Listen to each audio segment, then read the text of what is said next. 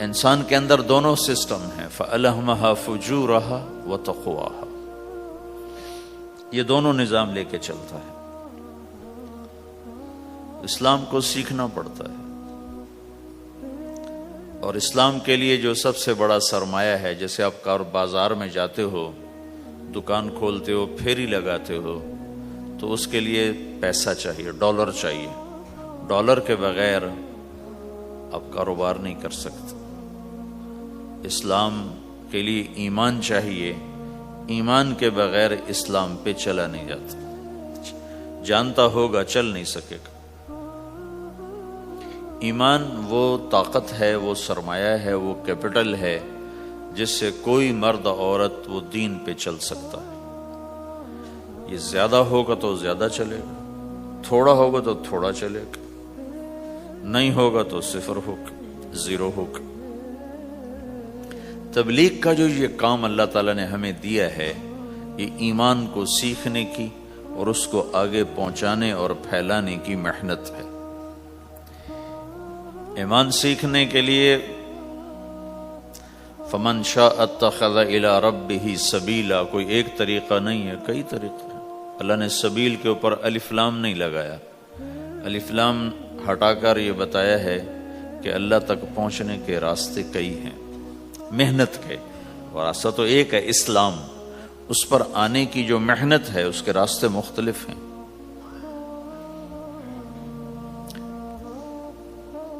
ہاں، آگے پہنچانے کے لیے تبلیغ کے سوا اور کوئی راستہ کوئی نہیں۔ یہاں آ کر تبلیغ منفرد کا کام منفرد ہو جاتا ہے کہ کسی محنت میں گشت کوئی نہیں سوائے تبلیغ، صرف تبلیغ ہے جس میں گشت ہے کہ خود چل کے جاؤ۔ اگر میرے پاس وہ میرے کالج کا لڑکا نہ آتا تو مجھے تو نہیں پتا تھا تبلیغ کیا چیز، نہ دین کا پتہ تھا نہ دنیا کا پتہ تھا۔ تو کوئی چل کے آیا اور اس نے ہاتھ پکڑا، اور دعوت ہے ہی بے طلبوں کے لیے، مدرسہ تو طلب والوں کے لیے، وہاں تو تعلیم ہوتی، تبلیغ نہیں ہوتی۔ خانقاہ تو طلب والوں کے لیے ہے، اور دعوت بے طلب لوگوں کے لیے، جو سننا نہیں چاہتے، جو قریب نہیں آنا چاہتے۔ اور ایسا طبقہ کروڑوں اربوں کی تعداد میں موجود، انہیں دین پر لانے کے لیے یا دین کی بات ان کے کان میں ڈالنے کے لیے سوائے گشت کے اور کوئی عمل کوئی نہیں۔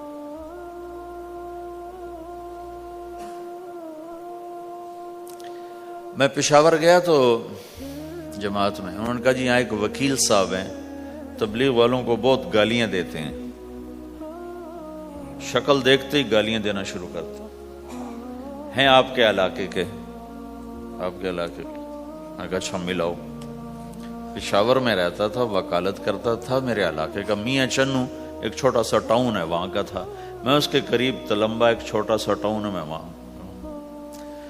تو جب ہم ان کے دروازے پر گئے اور نوک کیا تو دروازہ کھلتے ہی انہوں نے وہی کام شروع کر دیا، دیکھتے ہی۔ اور کہا میں نے تمہیں کتنی دفعہ کہا ہے، وہ جو مقامی، کہ تبلیغ والوں کو میرے دروازے پر مت لایا کرو۔ تو اب بتاؤ، میں اگر یہ تبلیغ کے رگڑے نہ لگے ہوتے تو میں تو 2 تھپڑ اس کے منہ پہ مارتا، یا مفتی صاحب کی طرف فتویٰ سناتا، تو اسلام سے خارج ہو گیا ہے، توبہ کر۔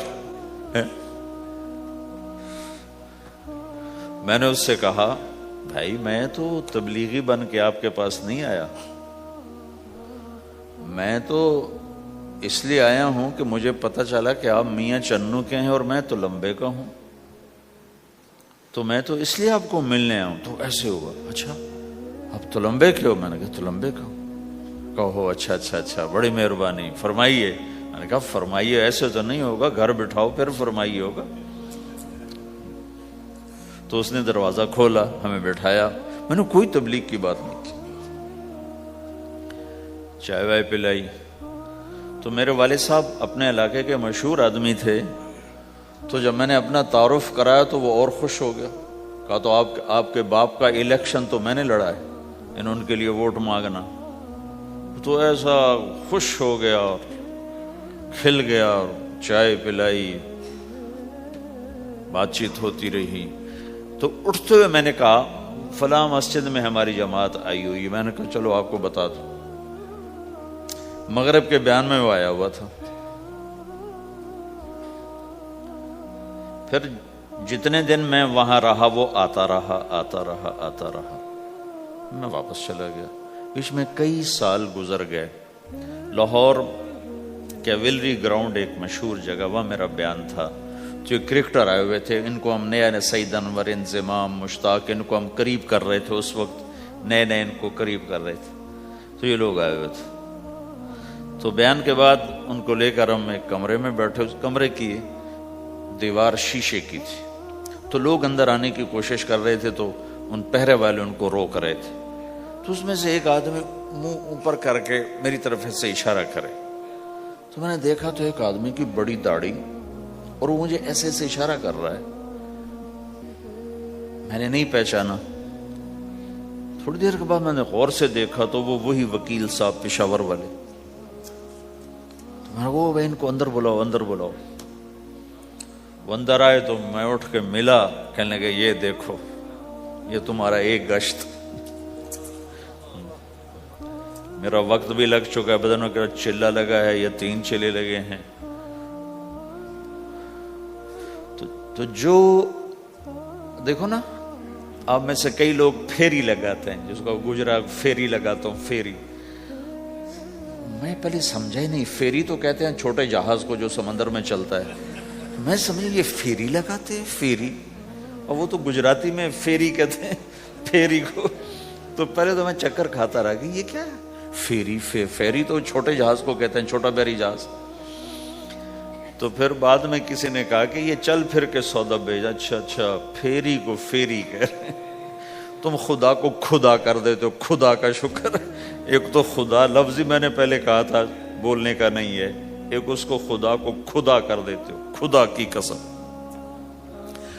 تو تم پھیری لگاتے لگاتے گاہک بنا لیتے ہو، نہیں بناتے ہو؟ پھیری لگاتے لگاتے تم اپنے گاہک بنا لیتے ہو۔ یہی تبلیغ کا کام ہے کہ پھیری لگاؤ، لوگوں کے در کھٹکھٹاؤ، کوئی لے گا کوئی نہیں لے گا۔ جو آپ لوگ پھیری لگاتے ہو تو سارے آپ سے سودا لیتے ہیں؟ نہیں لیتے، کوئی لیتا ہے کوئی نہیں لیتا۔ لیکن آپ جاتے رہتے ہو، جاتے رہتے ہو، جاتے رہتے ہو، جاتے رہتے ہو، آہستہ آہستہ آپ اپنا اتنا کام کر لیتے ہو کہ آپ کی روٹی چل جاتی۔ تو سارے نبیوں نے پھیرا لگایا، کوئی نبی گھر نہیں بیٹھا کہ میرے پاس کوئی آئے گا تو اسے سکھاؤں گا۔ ہر نبی نے پھیرا لگایا۔ اور داؤد علیہ السلام نے ایک دفعہ یہ کیا، ایک بڑا عبادت خانہ بنایا اور اس کی دیواریں اونچی کر دی، اتنی اونچی کہ اندر کوئی جا نہ سکے۔ اور یہ طے کیا کہ ہفتے میں ایک دن میں کسی سے نہیں ملوں گا، صرف اللہ اللہ کروں گا، ہفتے میں ایک دن۔ تو وہ پہلا دن تھا، اندر سے تالا لگا دیا اور خود اندر بیٹھ گئے، اور پہلا دن ہے کہ میں آج کسی سے نہیں ملوں گا۔ تو میرے رب کو یہ بات پسند نہیں آئی کہ نبی کا کام کٹ کے بیٹھنا نہیں ہے، لوگوں میں جانا ہے۔ تو اللہ تعالیٰ نے انسانی شکل میں 2 فرشتے اندر اتار دیے۔ اذ تصور المحراب ففزع منهم قال لا تخف خصمان بغى بعضنا على بعض فاحكم بيننا۔ کہا جی حضرت ہمارا جھگڑا ہو گیا ہے، ہم آپ سے فیصلہ کروانے آئے۔ تو داؤد علیہ السلام ڈر گئے کہ دروازہ بند ہے، یہ آئے کہاں سے؟ دیوار اتنی اونچی ہے کہ اس کے اوپر سے چھلانگ لگا کبھی اندر نہیں آ سکتے، تو یہ کون ہے، آئے کہاں سے؟ دروازے کو دیکھیں تالا لگا ہوا ہے، دیوار کو دیکھیں اتنی اونچی ہے، تو کون چھلانگ لگا کے اندر آئے گا؟ تو ڈر گئے۔ تو کہنے لگے جی آپ ڈرے نہیں، ہمارا جھگڑا ہو گیا۔ کہ کیا جھگڑا ہے؟ کیا جھگڑا ہے؟ کہ ان ھذا اخی لہ 99 نعجہ ولی نعجۃ واحدہ فقال اکفلنیھا وعزنی فی الخطاب.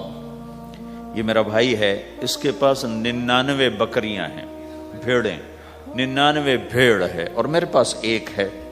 یہ مجھے کہتا ہے ایک بھی مجھے دے دے، میری 100 پوری ہو جائے. تو آپ بتاؤ یہ غلط کر رہا ہے کہ ٹھیک کر رہا ہے؟ اب یہ فیصلہ تو آپ چھوٹے سے بچے سے بھی کروا سکتے ہو. نہیں، یہ تو لطیفہ سا بن گیا، داؤد علیہ السلام کے لیے لطیفہ بن گیا کہ ایک آدمی کہتا ہے جی میرے پاس 99 ہے، تیرے پاس ایک ہے، تو ایک مجھے دے دے، میری 100 ہو جائیں. تو داؤد علیہ السلام سوچ میں پڑ گئے یہ چکر کیا ہے. تو ایک دم ان کو خیال آیا کہ جیسے میرے رب نے مجھے پیغام بھیجا ہے کہ داؤد تجھے بندوں کو دعوت دینے کے لیے بھیجا ہے، مصلی پر بیٹھنے کے لیے نہیں بھیجا. ہاں مصلی پر بیٹھنا ہے، اس کے لیے رات ہے. قم اللیل الا قلیلا نصفہ او انقص منہ قلیلا او زد علیہ ورتل القرآن ترتیلا. چل ومن اللیل فتہجد بہ نافلۃ لک عسیٰ ان یبعثک ربک مقاما محمودا. رات ہے، آ جاؤ. ان ناشئۃ اللیل ہی اشد وطئا واقوم قیلا. آجا آجا، رات بڑی مزے کی چیز ہے، تو اور میں تنہا. فاذا فرغت فانصب والى ربک فارغب. آ جاؤ. تتجافى جنوبهم عن المضاجع يدعون ربهم خوفا وطمعا ومما رزقناهم ينفقون. رات تیری میری، دن میرے بندوں کے لیے. نہیں بیٹھ سکتا، تسبیح پکڑ کے نہیں بیٹھ سکتے ہو. تو اس پر داؤد علیہ السلام سجدے میں گرے. آیت سجدہ ہے اس لیے میں نہیں پڑھتا ہوں. سجدے میں گرے اور کہا یا اللہ معافی کر، یا اللہ معاف کر دے، یا اللہ معاف کر دے. میں نے دروازے بند کر لیے، حالانکہ یہ میرے منصب کے خلاف تھا. اس پر اللہ سے معافی مانگی. تو چل کے جانا نبیوں کی صفت ہے، یہی ہماری صفت. اس امت کو یہ کام دیا گیا کہ یہ اوروں کے پاس جا کے اپنا سودا پیش کر، اپنوں کو بھی سنبھالے اور غیروں تک بھی پہنچے. نہیں سنتے پھر جاؤ، نہیں سنتے پھر جاؤ. کیونکہ دلوں کا پھیرنا اللہ کے ہاتھ میں ہے، تیرے ذمہ آواز لگانا ہے. اللہ تعالیٰ نے تقسیم کر دی. قم اللیل الا قلیلا، رات اللہ کے پاس آ جا. دن میں کیا کر، ان لک فی النہار سبحا طویلا، تیرا دن میں کام بہت زیادہ ہے. سبحا طویلا، دعوت کے کام کو تیرنے سے تشبیہ دی ہے. سبح تیرنے کو کہتے. اللہ کے نبی کا ایک گھوڑا تھا جس کا نام تھا سبحہ، میں نے بتایا تھا پہلے دن. وہ اتنا تیز چلتا تھا جیسے تیر رہی ہو، اس لیے اللہ کے نبی نے خود اس کا نام سبحہ رکھا تھا، تیرنے والا. تو تبلیغ کے کام کو تیرنے سے تشبیہ دی کہ آپ نے لمبا تیرنا ہے. اور مکے میں تو پانی کوئی نہیں، تو کہاں تیرنا ہے جی؟ سارے مکے میں پانی کا قطرہ کوئی نہیں زمزم کے کنویں کے سوا، تو تیرنا کہاں ہے؟ یہ اس دعوت کے کام کی بڑی خوبصورت تصویر ہے. سبحا طویلا. حالانکہ اللہ فرماتا ہے ان لک فی النہار شغلا طویلا عملا عظیما جہدا طویلا، لیکن سبحا طویلا. جو آدمی چل رہا ہوتا ہے اگر وہ بیٹھ جائے تو کوئی نقصان تو کوئی نہیں. گاڑی چلا رہا ہے، کہیں گاڑی روک لے تو کوئی نقصان تو کوئی نہیں، تھوڑی دیر سے پہنچ جائے گا. کہیں گاڑی کھڑی کر کے کافی پینے لگ گیا تو کوئی مسئلہ تو کوئی نہیں ہے، آدھا گھنٹہ دیر سے گھر پہنچ جائے گا. تیرنے والا پانی میں اتر گیا، اب یہ رک سکتا ہے؟ کیوں بھائی؟ اگر یہ کافی پینے کا ارادہ کرے تو کہاں جائے گا؟ تو مچھلی کے پیٹ میں جائے گا. پانی میں اترنے کے بعد اختیار ختم ہے، اب تیرنا ہے. کہاں تک؟ دوسرا کنارہ جب تک ہاتھ میں نہیں آتا تیرنا ہے. سبحا طویلا، جب تک آخرت کا کنارہ ہاتھ میں نہیں آتا اے میرے نبی تجھے دعوت کا کام کرتے ہی رہنا ہے، کرتے ہی رہنا ہے، کرتے ہی رہنا ہے، تیری چھٹی کوئی نہیں. سبحن میں یہ اشارہ تھا کہ چھٹی کوئی نہیں، یہ موت تک کا کام ہے. وَاعْبُدْ رَبَّكَ حَتَّى يَأْتِيَكَ الْيَقِينُ. آئے ہائے جب یہ آیت اتری یا ایھا المدثر قم فانذر وربک فکبر، اے میرے محبوب اٹھ جا، اٹھ جا، میرا پیغام سنا، تو لیٹا ہوا ہے۔ تو اس پر آپ نے کہا خدیجہ انقطع ایام النوم والراحہ، میرے آرام کے دن چلے گئے، میرے سونے کے دن چلے گئے، میرے رب نے مجھے کہا ہے اٹھ جا اور میرا پیغام سنا۔ تو اس وقت تو کوئی جاننے والا نہیں تھا، تو پہلے آپ چپ کے بات فرما رہے تھے، پھر اللہ نے کہا کھل کے کہہ، تو پھر آپ نے کہا میں خدیجہ میں کس کو کہوں، میری کون سنے گا، من ادعو من یستجیب۔ تو حضرت خدیجہ نے عرض کی یا رسول اللہ آپ دعوت دینے میں پہل کریں، میں لبیک کہنے میں پہل کرتی ہوں۔ تو بھائیو دعوت ہمارا سرمایہ ہے، دعوت سے ایمان بنتا ہے، ایمان سے عمل بنتا ہے۔ تو اگر آپ اس دعوت میں حرکت کرتے رہو گے، ان لک فی النہار سبحا طویلا، کل میں نے اس پر تھوڑی تفصیل سے بات کر دی تھی، آج میں اس سے اگلی بات کرنا چاہتا ہوں، لیکن اس کو بار بار سننا اس لیے ضروری ہے کہ آدمی بڑی جلدی بھول جاتا ہے، اور نفع سامنے نہ ہو تو اس کے لیے قدم اٹھانا، مال لگانا مشکل ہو جاتا ہے۔ آپ پھیری بھی تو لگاتے ہو، تو شام کو پیسہ ہاتھ میں آتا ہے تو تھکاوٹ چلی جاتی۔ میں نے ایک شخص سے کہا تھوڑا تبلیغ میں وقت دے دو بھائی، کہا جی مجھے گولیاں لگی تھیں تو اس کے بعد میرے بدن میں درد ہوتا ہے، تو میں ٹائم نہیں دے سکتا۔ لیکن میں اسے دیکھتا تھا، وہ صبح سے شام تک اپنے دکان پہ کھڑا ہوتا تھا، کھڑا ہو کے کام کرتا تھا۔ تو ایک دن میں نے اس سے پوچھا یہ تو دکان پہ کھڑا ہوتا ہے، اس کا درد تمہیں نہیں ہوتا؟ تبلیغ میں تو اتنی مشقت نہیں ہے۔ وہ کہنے لگا جی روز درد بہت ہوتا ہے، لیکن میں جب شام کو پیسے گنتا ہوں تو سارا درد چلا جاتا ہے، سارا درد چلا جاتا ہے۔ تو اب آپ تبلیغ میں 3 دن کے لیے گئے تو کچھ لگا کے آتے ہو، ہاتھ میں تو کچھ بھی نہیں ہوتا، اور چلے کے لیے جاؤ تو کچھ لگتا ہے، ہاتھ میں تو کچھ بھی نہیں آتا۔ 4 مہینے کے لیے جاؤ تو کچھ لگتا ہے، ہاتھ میں تو کچھ بھی نہیں آتا۔ تو وہ جذبہ پیدا نہیں ہوتا لگانے کا، تھکنے کا، تھکانے کا، جیسے دنیا میں پیدا ہوتا ہے کہ اس کی واپسی نظر آ رہی ہوتی۔ تو اس لیے بار بار ضرورت ہے اس کو سننے اور سنانے کی کہ اللہ نے اس امت کو یہ منصب دیا ہے، کنتم خیر امت اخرجت للناس، تم سب سے بہترین امت ہو، تمہیں نکالا گیا ہے۔ کیا کرتے ہو؟ تأمرون بالمعروف وتنہون عن المنکر وتؤمنون باللہ، بھلائی کی بات کرتے ہو، برائی سے روکتے ہو، صلہ مجھ سے لیتے ہو، تؤمنون باللہ، صلہ مجھ سے لیتے ہو، اللہ پہ ایمان لاتے ہو۔ کل بھی میں نے کہا تھا کہ ہر مسلمان کے ذمے دعوت ہے، عمل کرے یا نہ کرے۔ آج پھر اس کو دوہرا رہا ہوں کہ عمل کرے یا نہ کرے، اوروں کو دعوت دینا ہر مسلمان کے ذمے ہے۔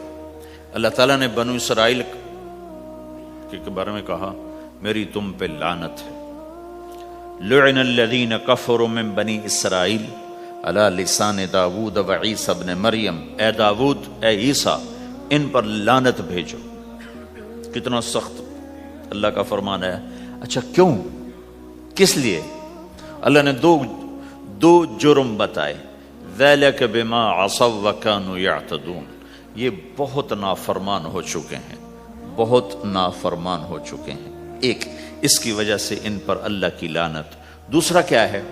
کانو لا یتناہون عن منکر فعلوہ، جو گناہ خود کر رہے ہوتے ہیں اس سے اوروں کو نہیں روکتے۔ کانو لا یتناہون، نہیں روکتے تھے، عن منکر، اس گناہ سے، فعلوہ، جسے وہ خود کر رہے ہوتے تھے۔ تو اس سے پتہ چلا کہ اگر کوئی نافرمانی بھی کر رہا ہے تو کسی کو اگر دیکھتا ہے نافرمانی کرتے تو اسے سمجھانا اس کے ذمے ہے۔ یعنی اللہ تعالیٰ نے اللہ یوں کہہ رہا ہے کہ کم وقت خود تو برائی کر رہا تھا تو کسی کو روکتا تو صحیح، دونوں ہی کام نہیں کیے، نہ خود چھوڑا نہ کسی اور کو روکا۔ تو بھائیو حرکت کرتے رہنا، اس حرکت میں بڑی طاقت ہے. ساری کائنات حرکت میں، اگر رک جائے تو تباہی. زمین حرکت کر رہی ہے، سورج حرکت کر رہا ہے، چاند ستارے ہر شے حرکت میں.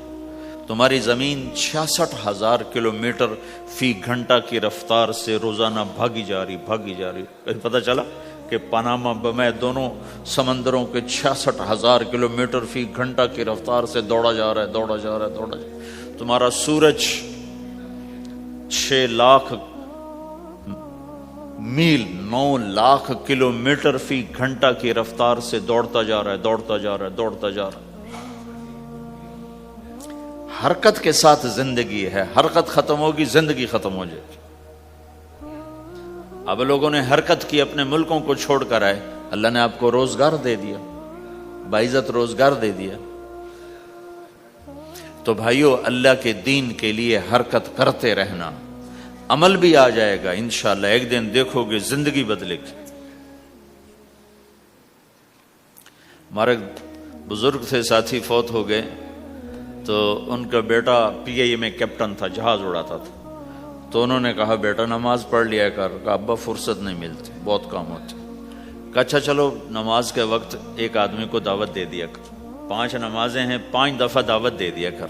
وہ کہنے لگا میں دعوت دوں؟ خود تو میں پڑھتا نہیں، دوسرے کو کیسے دعوت دوں؟ کہا بیٹا ایک تو میری مان لے، نماز کا انکار کیا ہے تو یہ تو مان لے کہ چلو کسی کو کہہ دیا کر کہ بھائی نماز پڑھا کرو. کہا چلو یہ تو آسان ہے، میں کہہ دوں گا. تو اس نے اپنے ابا کی بات مان لی.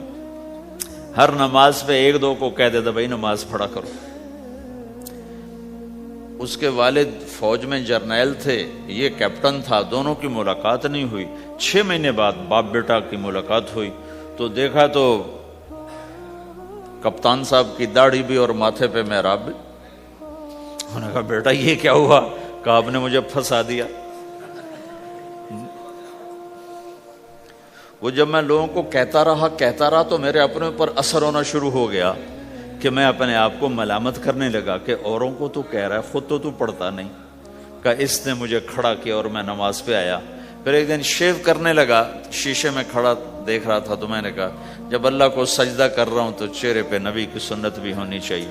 تو میں نے سیفٹی بھی پھینک دی، میں داڑھی بھی رکھ لی. تو تبلیغ کا کام کرتے رہنا. ہم فرشتے نہیں بن سکتے. ایک دفعہ ایک آدمی نے میرے اوپر بڑی چڑھائی کی، تم تبلیغ والے منافق ہو، کہتے کچھ ہو کرتے کچھ ہو، تمہارے قول اور فعل میں بہت فرق ہے بہت. جب ان کا غصہ اتر گیا تو میں نے ان سے کہا بھائی 100 نمبر تو اللہ نے بھی نہیں مانگے، آپ کیوں مانگتے ہو؟ اللہ نے کہا ہے فمن ثقلت موازینہ، جس کی نیکیاں بڑھ جائیں گی گناہ تھوڑے ہوں گے تو پاس کر دوں گی. تو 100 نمبر تو اللہ نے بھی نہیں کہا کہ ایک گناہ تیرے کھاتے میں نہیں ہونا چاہیے. 100/100 نمبر لے گا تو جنت دوں گا، نہیں تو ریپٹ مار کے جہنم میں ڈالوں گا. تو 100 نمبر تو اللہ بھی نہیں مانگتا. اسے پتا ہے میرا بندہ کمزور ہے، کبھی گناہ کرے گا کبھی نیکی کرے گا. تو وہ کہتا ہے جس کے پاس 51 نیکیاں ہوئیں اور 50 گناہ ہوئے تولوں گا تو 51 جھک جائیں گے نا، 50 معاف. مثال دے رہا ہوں میں. ہمارے علاقے میں ایک ذمہ دار تھے، وہ ذکر بھی بہت کرتے تھے، گالیاں بھی بہت دیتے. ادھر سبحان اللہ تیرے فلانے، الحمدللہ کے ساتھ ایک پھکڑ تولتے تھے. ساری زندگی وہ ایسا ہی کرتے رہے. جب وہ فوت ہو گئے تو کسی نے ان کو دیکھا تو انہوں نے پوچھا کہ میاں صاحب آپ کے ساتھ کیا ہوا؟ آپ تو گالیاں بہت دیتے تھے. خود انہیں پوچھ رہے آپ تو گالیاں بہت دیتے تھے، تو آپ کے ساتھ کیا ہوا؟ کہ اللہ تعالیٰ نے میرے ذکر اور میری گالیوں کو تولا تو میرا ذکر بڑھ گیا تو میری بخشش ہو گئی. اللہ نے بھی کاؤنٹنگ رکھی ہے، پرفیکشن مانگی ہی نہیں. اگر اللہ پرفیکشن مانگتا تو پھر آپ کہتے تم کرتے کچھ ہو کہتے کچھ ہو. اگر میں کہتا صحیح ہوں تو ایک نیکی تو کر رہا ہوں، اور کرتا نہیں ہوں تو ایک گناہ کر رہا ہوں. کیا پتا میرا رب میرے کہنے کے طفیل میرے نہ کرنے کو معاف کر دے.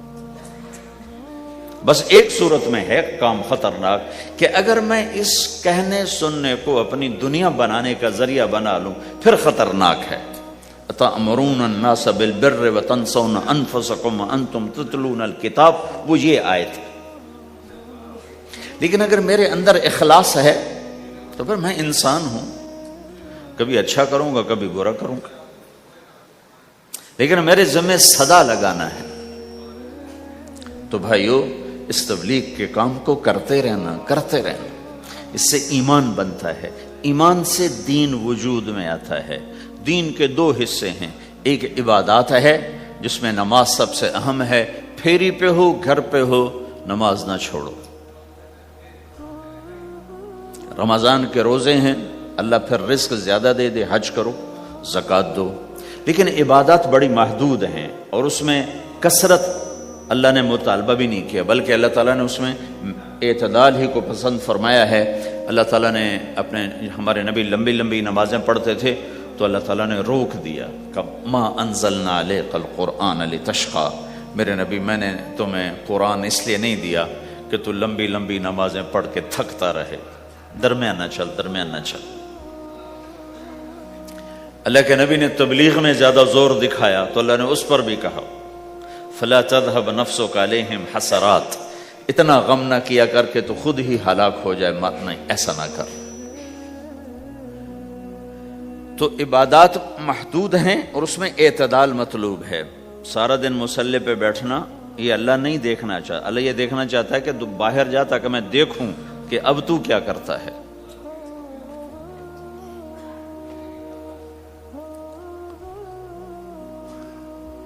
دوسرا حصہ اس کا اخلاقیات ہے، آپس کی معاشرت ہے. دین جو اثر انداز ہوتا ہے وہ معاشرت سے اثر انداز ہوتا ہے، عبادت سے نہیں، عبادات سے نہیں. عبادت تو مسجد کے اندر ہے یا مصلی پر گھر کے اندر ہے، روزہ اندر کی چیز ہے، حج بیت اللہ میں ہے، زکوٰۃ مسلمان کو دی جاتی ہے. تو دنیا میں دین پھیلنے کے لیے اور اپنوں کو دین کے قریب کرنے کے لیے جو سب سے بڑا عمل ہے وہ بھائیو اچھے اخلاق ہے.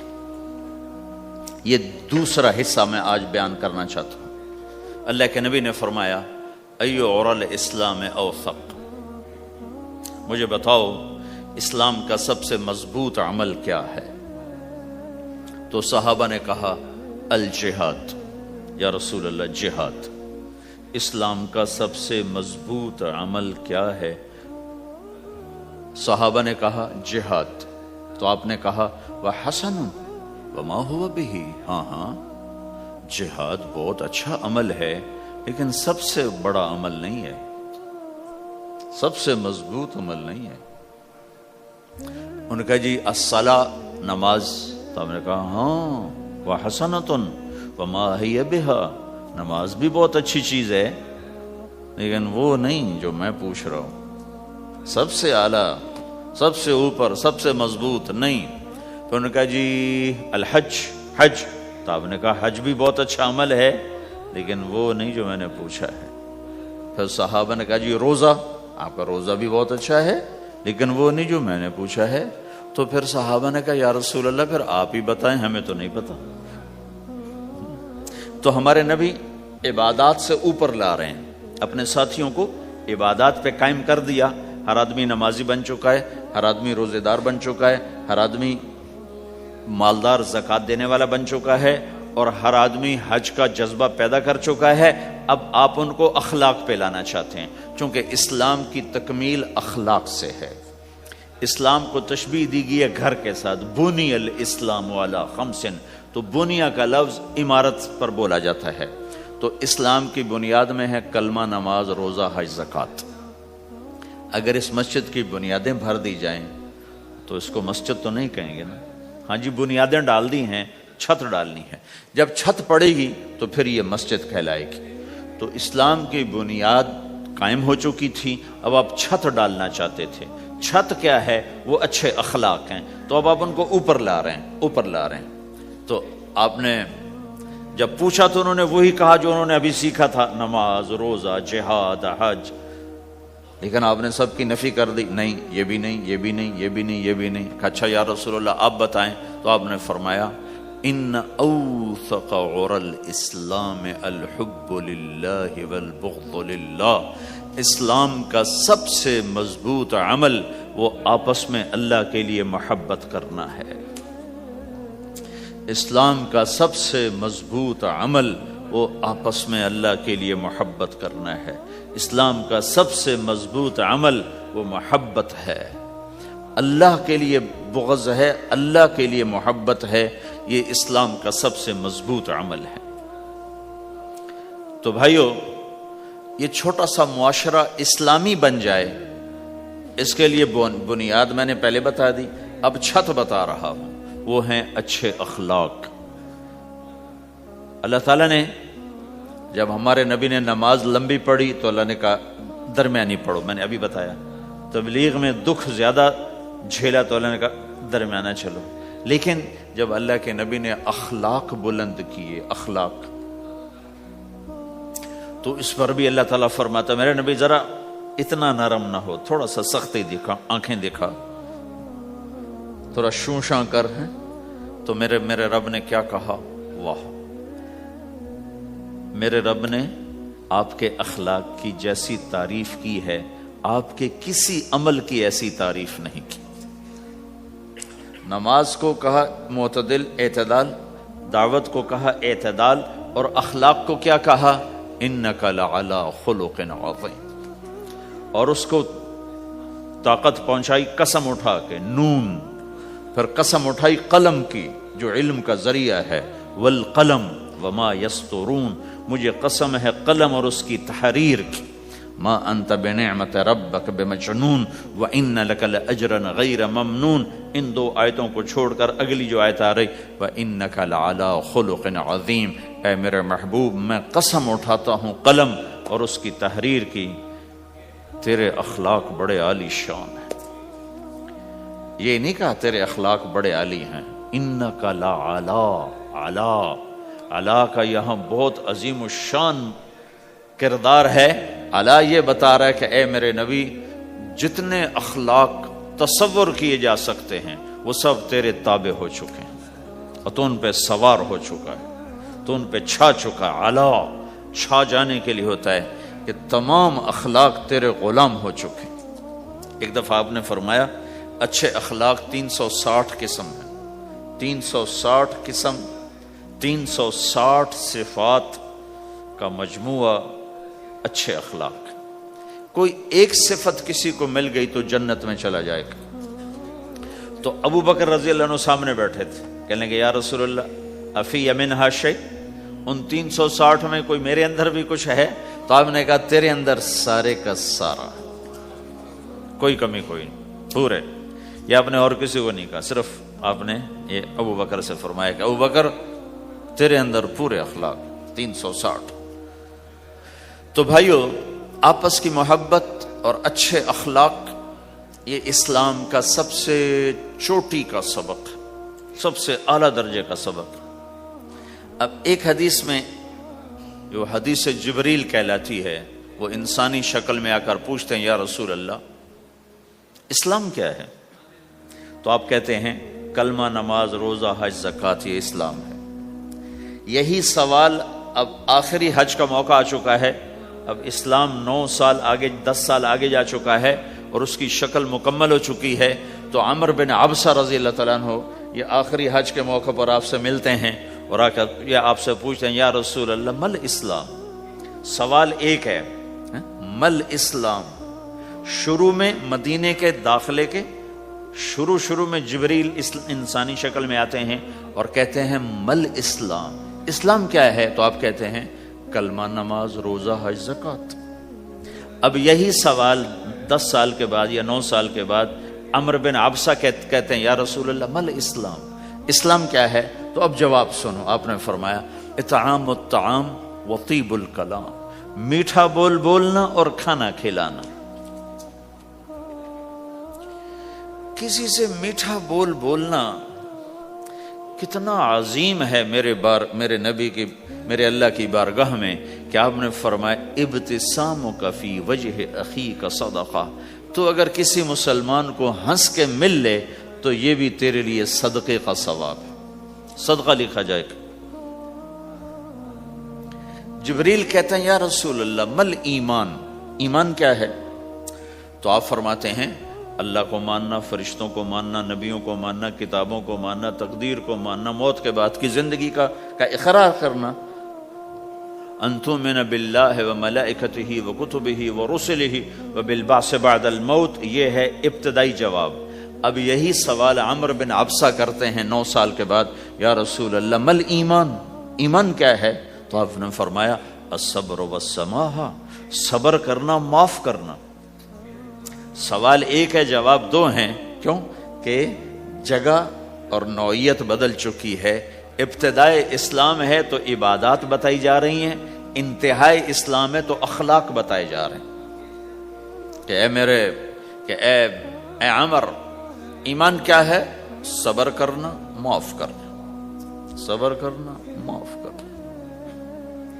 تو بھائیو، جو ہمارا معاشرہ بنے گا اسلامی، گھر میں باہر، وہ بنے گا اچھے اخلاق سے، عبادت سے نہیں، علم سے نہیں، تبلیغ سے نہیں، وہ بنے گا اچھے اخلاق سے، میٹھے بول بولنے سے، درگزر کرنے سے، معاف کرنے سے، سہ جانے سے، اور بازار میں سچائی، بازار میں میٹھا بول نہیں، وہ تو ہر تاجر مسکرا کے ملتا ہے، ہاں وہ تو کاروبار ہے مسکرانا۔ سچا بول، الصدق ینجی والکذب یہلک، میرے نبی نے فرمایا سچ نجات دیتا ہے اور جھوٹ ہلاک کر دیتا ہے۔ تو بازار کے اخلاق ہیں صحیح بولنا، صحیح تولنا، دھوکہ نہ دینا۔ میرے نبی سے پوچھا گیا یا رسول اللہ مسلمان بزدل ہو سکتا ہے، ڈرپوک؟ آپ نے کہا ہو سکتا ہے۔ کہ یا رسول اللہ مسلمان بخیل ہو سکتا ہے، بخیل کنجوس؟ آپ نے کہا ہو سکتا ہے۔ کہ یا رسول اللہ مسلمان جھوٹ بول سکتا ہے؟ آپ نے کہا جھوٹ نہیں بول سکتا۔ آپ نے فرمایا میں اپنے امت میں ہر عیب کی توقع رکھتا ہوں کہ میرا امتی ہر گناہ کر سکتا ہے لیکن 2 کام نہیں کر سکے گا اگر وہ میرا امتی ہے، ایک جھوٹ کبھی نہیں بولے گا، ایک دھوکہ کبھی نہیں دے گا۔ اور یہ دونوں کام ہمارے پورے عروج پر ہیں۔ تو مسلمان دھوکہ نہیں دیتا کسی کو، مسلمان جھوٹ نہیں بولتا۔ تو اللہ کے نبی نے یہ نہیں فرمایا جو نماز نہیں پڑھتا وہ وہ مجھ سے نہیں ہے، میری امت میں سے نہیں، جو روزہ نہیں رکھتا میری امت میں سے نہیں ہے، زکوٰۃ نہیں دیتا میری امت میں سے، یہ نہیں کہا۔ آپ نے کہا من غش فلیس منا، جس نے کسی کو دھوکہ دیا وہ میری امت میں سے نہیں، میری امت سے خارج۔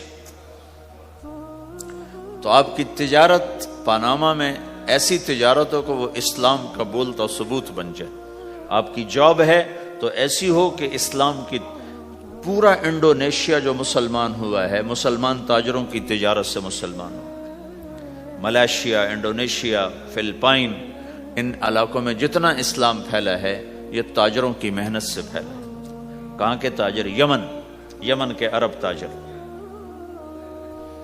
ان کے عالی اخلاق، ان کا سچا بول، ان کا صحیح ترازو، اس نے لوگوں کے قلوب کو پھیر دیا کہ یہ پیسے کے غلام نہیں ہیں۔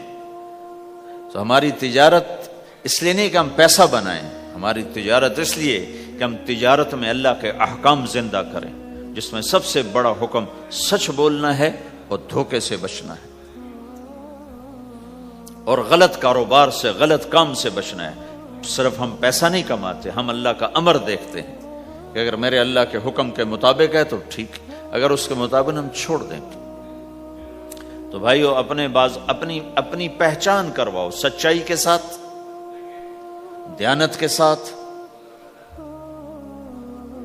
دھوکے سے بچتے ہوئے۔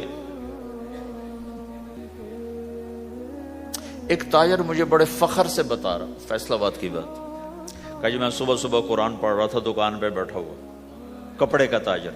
تو ایک گاہک آ گیا, کہا جی آپ قرآن پڑھ رہے ہو, بھلے آدمی لگتے ہو, تو میں نے بیٹی کے جہیز کے لیے کپڑا خریدنا ہے, تو میں نے کہا آپ سے خرید لیتا ہوں.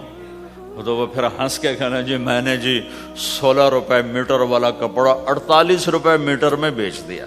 میں نے کہا واہ بھائی واہ, قرآن کی قیمت بڑی تھوڑی لگائی تو.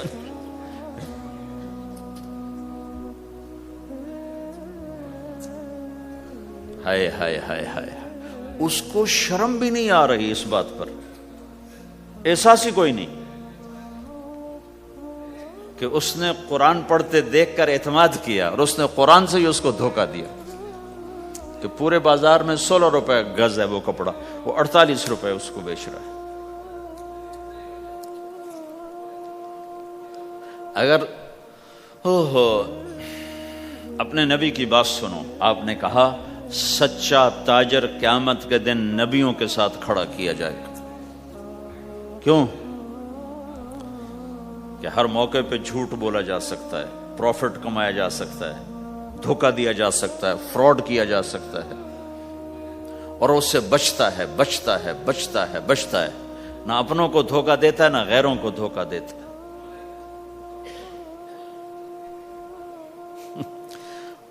جب انگریز کا دور تھا تو وہ ایک دلی میں ایک جیب کترا تھا, جیب کاٹنے والا, تو وہ یہ سکھایا کرتا تھا لڑکوں کو, پھر ان کو بھیجتا تھا. تو اس کا ایک چیلا شام کو صرف 2 روپے لے کر آیا, 2 روپے لے کر. تو اس نے کہا بے وقوف, آج سارے دن کی کمائی 2 روپے. کہا استاد آج بہت بڑا مال مارا تھا, لیکن میں نے دیکھا تو وہ ایک گورا تھا, انگریز تھا. تو مجھے خیال آیا اگر قیامت کا دن عیسیٰ علیہ السلام نے میرے نبی کو گلہ دے دیا کہ تیرے امتی نے میرے امتی کی جیب کاٹی تھی, تو میں اپنے نبی کو کیا جواب دوں گا. تو میں نے جا کر اس کو واپس کر دیا, ابھی اپنے کے کھسکا کے لایا ہوں 2 روپے. تو پچھلے زمانے کے تو چور بھی ایسے خوددار ہوتے تھے, اب تو نمازی ایسے غیرت کہاں پھینک کے آ گئے ہیں. ماتھے پہ محراب ہوتا ہے اور دھوکے میں سب سے اول ہوتا ہے.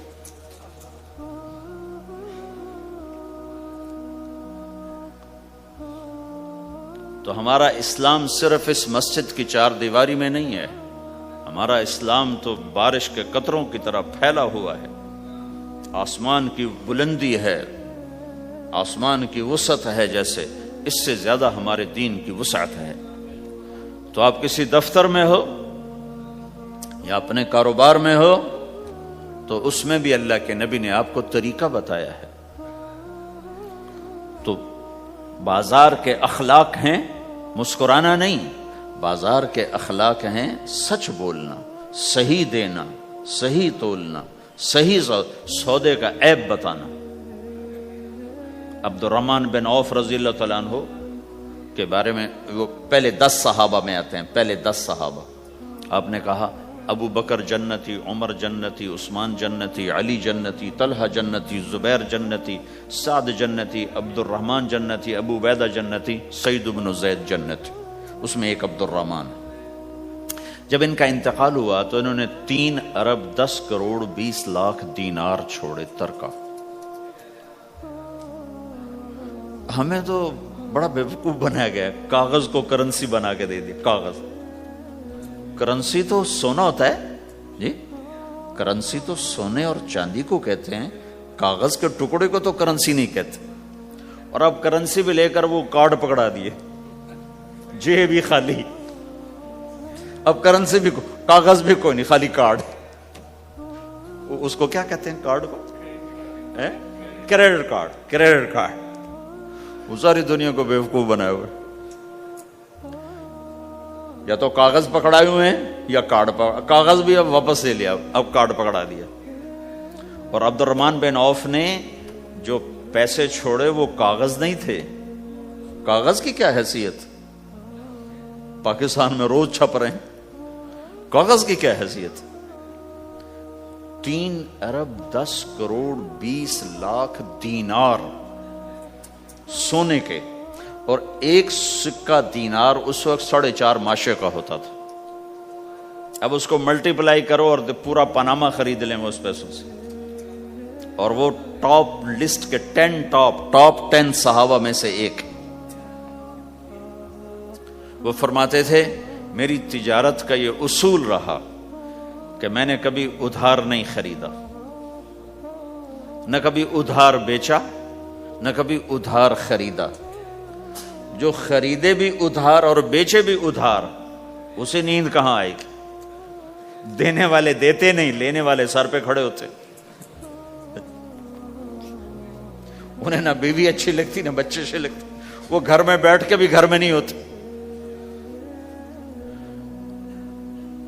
تو آپ نے فرمایا نہ میں نے کبھی ادھار خریدا، نہ کبھی ادھار بیچا، نقد خریدا نقد بیچا. دوسرا میرا اصول یہ رہا کہ میں نے کبھی سٹاک نہیں کیا. جب مجھے پروفٹ ملا میں نے فوراً بیچ دیا. انتظار نہیں کیا 1 ہفتے بعد بیچوں گا ریٹ بڑھ جائے گا. جس دن مجھے پروفٹ ملا 1 پیسہ بھی ملا تو میں نے فوراً بیچ دیا. تیسرا اصول یہ تھا کہ میرے سودے میں کوئی کمی یا عیب ہوتا تو میں اسے چھپاتا نہیں تھا، ظاہر کرتا تھا اس میں یہ کمی ہے بھائی، لینا تو لے لو، نہیں لینا تو چھوڑ دو. تو ہماری تو تجارت بھی جنت کا راستہ ہے.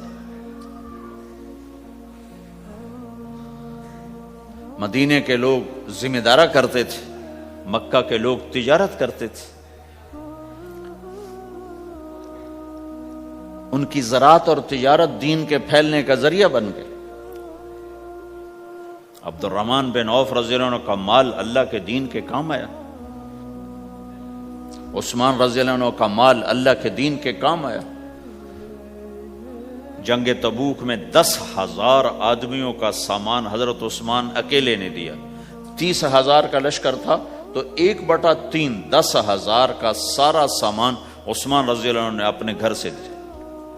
اور وہ پیسے دینار لا کے پیش کیے نا تو اللہ کے نبی وہ دینار لے کر یوں کر رہے تھے، ایسے ایسے وہ کر رہے تھے ما علی عثمان اللہ یعمل بعد عثمان، آج کے بعد تو کچھ نہ کر، جنت واجب ہو گئی تیرے پہ.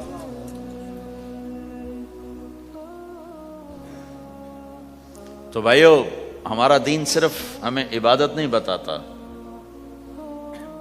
بازار کی زندگی بتاتا ہے کہ مسلمان بازار میں کیسے ہوتا ہے. کسی کے ہاں ملازم ہے تو اس کی نوکری کیسی ہوتی ہے، اس کی دیانت کیسی ہوتی ہے، اس کا بول کیسا ہوتا ہے. وہ پیسے پہ قربان نہیں ہوتا، وہ پیسے کو ایمان پہ قربان کرتا ہے. تو آپ کی تجارت بھی دین کے پھیلنے کا ذریعہ بنے گی. آہا، صرف نماز سے گناہ معاف نہیں ہوتے. مسلم شریف کی روایت ہے من امسا کالن بعمل یدہ امسا مغفورا لہ، جو صبح سے شام تک روزی کماتے کماتے حلال حلال حلال حلال، جھوٹ والی نہیں، کھوٹ والی نہیں، خیانت والی نہیں، حرام چیز نہیں. حرام چیز کا بیچنا بھی حرام ہے، خریدنا بھی حرام ہے، اس کا پروفٹ بھی حرام ہے. جس گھر میں حرام پیسہ جائے گا وہاں سکھ کبھی نہیں آئے گا. چیزیں آ جائیں گی، چین نکل جائے گا. 1960 کی دہائی میں ایک پاکستان کا افسر تھا، اس نے 1960 میں لوگوں کے پاس 100 روپے مشکل سے ہوتے تھے، اس نے اس زمانے میں کروڑوں روپے جمع کیے رشوت سے. بہت بڑی پوسٹ پر تھے. جب وہ مر گیا ایک دن اس کا بیٹا کہہ رہا تھا کاش ہمارا باپ ہمارے لیے حرام کٹھا نہ کرتا تو کوئی خوشی کا دن ہم بھی دیکھ لیتے. جن کے لیے جمع کیا تھا کہ میرے بچے اب مزے سے، میں نے خود اپنے کانوں سے اس کو یہ کہتے ہوئے سنا کئی دفعہ، میں آج مر جاؤں میری بچی کو کسی کی پرواہ نہیں کہ میں نے اتنا پیسہ بنا دیا ہے. تو اسی کا بچہ یہ کہہ رہا تھا کاش ہمارا باپ ہمارے لیے حرام کٹھا نہ کرتا تو ہم بھی کوئی خوشی کا دن دیکھ لیتے. تو اللہ کے نبی نے فرمایا من امسا کالن بعمل یدہ امسا مغفور لہ، جو صبح سے شام تک حلال کمانے میں تھکتا ہے اور تھک کے واپس آتا ہے تو اس کے اس دن کے سارے گناہ اللہ معاف فرما دیتا۔ تو ہمارا بازار بھی دین ہے بھائی، پھر ہمارا گھر بھی دین ہے، گھر کی زندگی دین ہے۔ میرے نبی نے گھر کی زندگی سمجھائی۔ آپ اپنے گھر میں جھاڑو دے رہے ہیں، قاب قوسین کا ٹائٹل لے کر، مقام محمود کا ٹائٹل لے کر، ختم نبوت کا تاج سر پہ سجا کر، نبیوں کی سرداری کا صحرا باندھ کر آپ گھر میں جھاڑو دے رہے ہیں، اپنے کپڑے خود دھو رہے ہیں۔ کمایا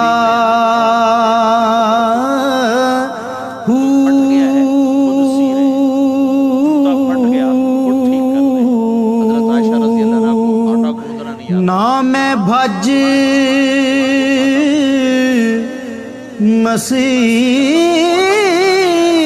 مسیتی وڑیا نہ تسبہ لقمہ ڈالتا ہے تو یہ بھی تیرے لیے صدقہ ہے۔ سب سے بہترین صدقہ وہ ہے جو تم اپنے بچوں پر خرچ کرو۔ پھر دنیا دکھوں کا گھر ہے تو میں قربان جاؤں اپنے نبی پر۔ آگے آنے والے سارے زمانوں کو دیکھ کر بیان فرما گئے، بتا گئے، اور نے فرمایا مجھے بتاؤ جہاد میں خرچ کرنے سے بھی بہتر خرچ کون سا ہے؟ جہاد میں خرچ کرنا تو سب سے بہتر شمار ہوتا ہے۔ آپ نے کہا مجھے بتاؤ جہاد میں خرچ کرنے سے بھی بہتر کون سا خرچ ہے؟ تو صحابہ نے کہا جی ہم تو نہیں جانتے، ہم تو اسی کو سب سے بہتر جانتے ہیں۔ ہم نے کہا نہیں، اولاد کا ماں باپ پہ خرچ کرنا جہاد میں خرچ کرنے سے بھی بہتر ہے۔ یہ کیوں فرمایا؟ کہ آگے نظر آ رہا تھا کہ اولاد نافرمان نکلے گی، لاکھوں بچوں میں سے کوئی اگر اللہ چاہے تو اس کے یہ کہنے پر وہ پلاٹ مسجد کے نام ہو گیا، واپس نہیں لے سکتا۔ کہ جی مفتی صاحب ٹھیک ہے، کیوں کہ اگر اللہ چاہے، اگر اللہ چاہے، اور اللہ تو چاہتا ہے کہ تم اس کے نام پر دو، من ذا الذی یقرض اللہ قرضا حسنا۔ ٹھیک ہو گیا؟ یہ بات سمجھ میں آ گئی؟ اب ایک آدمی یوں کہتا ہے انشاءاللہ میری بیوی کو 3 طلاق، اگر اللہ چاہے تو میری بیوی کو 3 طلاق، تو علماء فرماتے ہیں یہ طلاق نہیں ہوگی۔ کیوں نہیں ہوگی؟ اس لیے کہ اس نے کہا ہے اگر اللہ چاہے تو میری بیوی کو 3 طلاق، اور اللہ چاہتا ہی نہیں کوئی اپنی بیوی کو طلاق دے، لہذا یہ طلاق نہیں ہوگی۔ ہزاروں دفعہ کہہ دے انشاءاللہ ساتھ لگا ہوا ہو، نہیں ہوگی، کیونکہ اللہ چاہتا ہی نہیں تم طلاق دو۔ اللہ گھر آباد، سینکڑوں آیات ہیں گھر کو آباد کرنے کے لیے۔ فَإِنْ خِفْتُمْ شِقَاقَ بَيْنِهِمَا، اگر میاں بیوی میں کہ اے تن رب دا سچا حجرا